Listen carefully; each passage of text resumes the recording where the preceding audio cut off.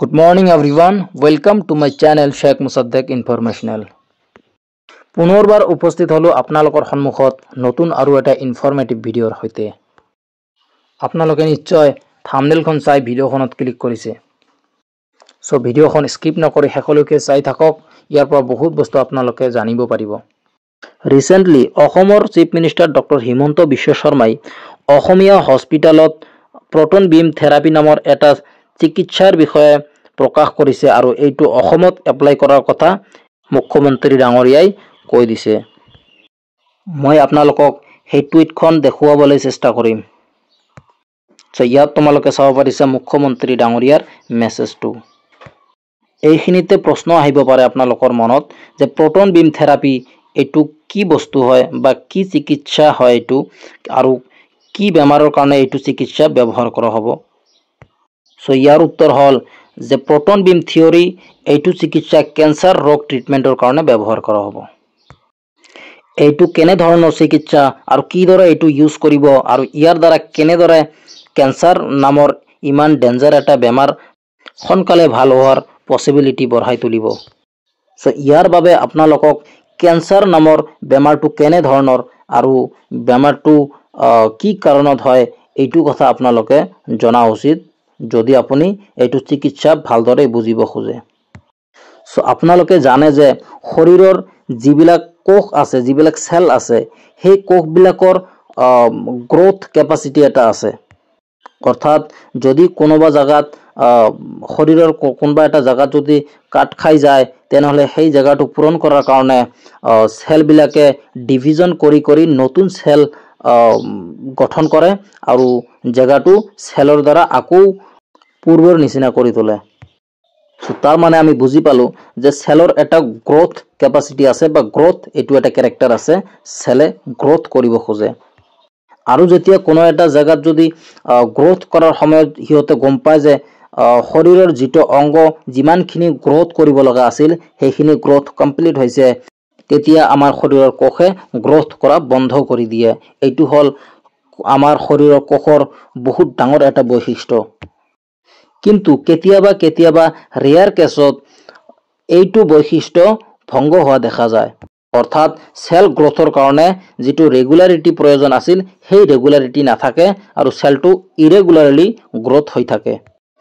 আৰু সেই সেলটো ইৰেগুলাৰলি গ্ৰোথ হোৱাৰ কাৰণে যিখিনি পৰিমাণৰ সেলৰ প্ৰয়োজন আছিল আমাৰ অংগটোৰ কাৰণে সেইখিনি পৰিমাণৰ সেল গ্ৰোথ হোৱাৰ পিছতো আৰু বহুত পৰিমাণে বেছি সেল গ্ৰোথ হৈ যায় আৰু যাৰ কাৰণে জায়গাটো লাহে লাহে ফুলিবলৈ আৰম্ভ কৰে আৰু যিটো বস্তুক আমি টিউমাৰ বুলি আখ্যা দিওঁ। আৰু এইখিনি সেল যেতিয়া টিউমাৰৰ ফৰ্ম লয় আৰু ইয়াৰ পিছত লাহে লাহে টিউমাৰটো ফাটি গৈ কেন্সাৰৰ ৰূপত পৰিৱৰ্তন হয়। হয়, আপোনালোকে ঠিকে শুনিছে, কেন্সাৰটো বেলেগ ধৰণৰ কিবা বেমাৰ নহয়, নিজৰ শৰীৰৰে ইৰেগুলাৰ সেল ডিভিজনৰ কাৰণে এইটো বেমাৰ সংঘটিত হয়। সো ইয়াৰ কাৰণে যিখিনি ট্ৰিটমেন্ট ব্যৱহাৰ কৰা হয় যেনেকুৱা ৰেডিঅ'থেৰাপি, কেমোথেৰাপি এইখিনি ট্ৰিটমেন্ট কৰা হয় সেই ইৰেগুলাৰলি সেল ডিভিজন বন্ধ কৰাৰ কাৰণে। সো মই যে প্ৰথমত মেনশন কৰিছিলো প্ৰটন বিম থেৰাপি কেন্সাৰৰ কাৰণে ট্ৰিটমেন্টত ব্যৱহাৰ কৰা হয়, এইখিনি কথা এতিয়া আপোনালোকে বুজিব পাৰিব। প্ৰটন বিম থেৰাপি বেসিক্যালি ৰেডিয়েশন থেৰাপিৰে এটা উল্লেখযোগ্য ক্যাটাগৰী হয়। সো ৰেডিয়েশন থেৰাপিত মেচিনৰ যোগেদি এনে ৰেডিয়েশন এটা ৰোগীৰ মাজেদি পাছ কৰি দিয়ে যিটো ৰেডিয়েশনে কেন্সাৰ সেলখিনিত গৈ সেই সেলখিনি বাৰ্ন কৰি দিয়ে। অৰ্থাৎ ইৰেগুলাৰলি গ্ৰোথ হয় যিখিনি সেল বেছিকে আমাৰ শৰীৰত গ্ৰোথ হৈছে সেই সেলখিনিক বাৰ্ন কৰি দিয়ে, যাৰ ফলত সেই সেলখিনি আৰু নতুনকে গ্ৰোথ কৰিব নোৱাৰে। কিন্তু ইয়াত এটা প্ৰবলেম হয় যে কেন্সাৰ সেলত ৰেডিয়েশন পৰাৰ সময়ত আশে-পাশে থকা সেলখিনিত যিখিনিত ৰেডিয়েশনৰ প্ৰভাৱটো পৰিব সেইখিনি সেলো বাৰ্ন হৈ যাব, ফলত মানুহজনৰ বেছিকৈ ক্ষতি হ'বলৈ সম্ভাৱনা থাকে।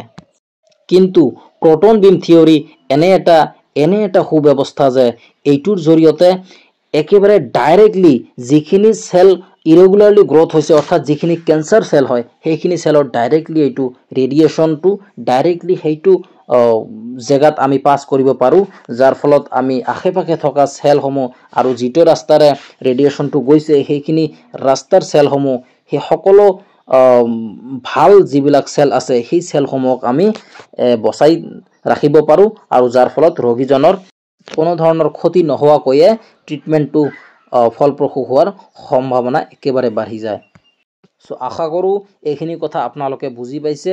এইটো ইমান এটা সুব্যৱস্থা হয় যিটোৰ জৰিয়তে কেঞ্চাৰ ৰোগীসমূহৰ নতুনকৈ এটা জীৱন পোৱাৰ এটা আশা থাকে আৰু এইটো ব্যৱস্থা আমাৰ অসমত ডক্টৰ হিমন্ত বিশ্ব শৰ্মা ডাঙৰীয়াই ফলপ্ৰসূ কৰাৰ কথা নিজৰ টুইটৰ যোগেদি জনাই দিছে আৰু এইখিনি কথা মই আপোনালোকক জনোৱাৰ কাৰণে বিচাৰিছিলোঁ আৰু সেইমতে মই ভিডিঅ'টো লৈ আহিছোঁ আৰু আপোনালোকক ডিটেইলছত বুজাই দিছোঁ যে বস্তুটো কি আৰু এই চিকিৎসাটো কেনেধৰণে কৰা হয় আৰু ইয়াৰ উপকৃতা কেনেধৰণে লাভ কৰা হ'ব ইয়াৰ বিষয়ে মই সকলোখিনি আপোনালোকক ডিটেইলছত জনাই দিছোঁ।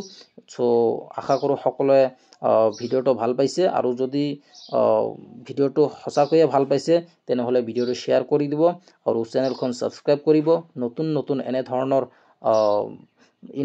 ইনফৰ্মেটিভ ভিডিঅ'ৰ কাৰণে আৰু এডুকেশ্যন ৰিলেটেড কিবা আপডেটৰ কাৰণে যদি আপোনালোকে নিৰ্দিষ্ট এটা চেনেলৰ খোজত আছে তেনেহ'লে মোৰ চেনেলটো আপোনালোকে ছাবস্ক্ৰাইব কৰিব পাৰে। ইয়াত সকলো ধৰণৰ খবৰ মই চেষ্টা কৰি থাকোঁ লগে লগে দিয়াৰ কাৰণে। চ' আজিৰ কাৰণে এইখিনি আছিল।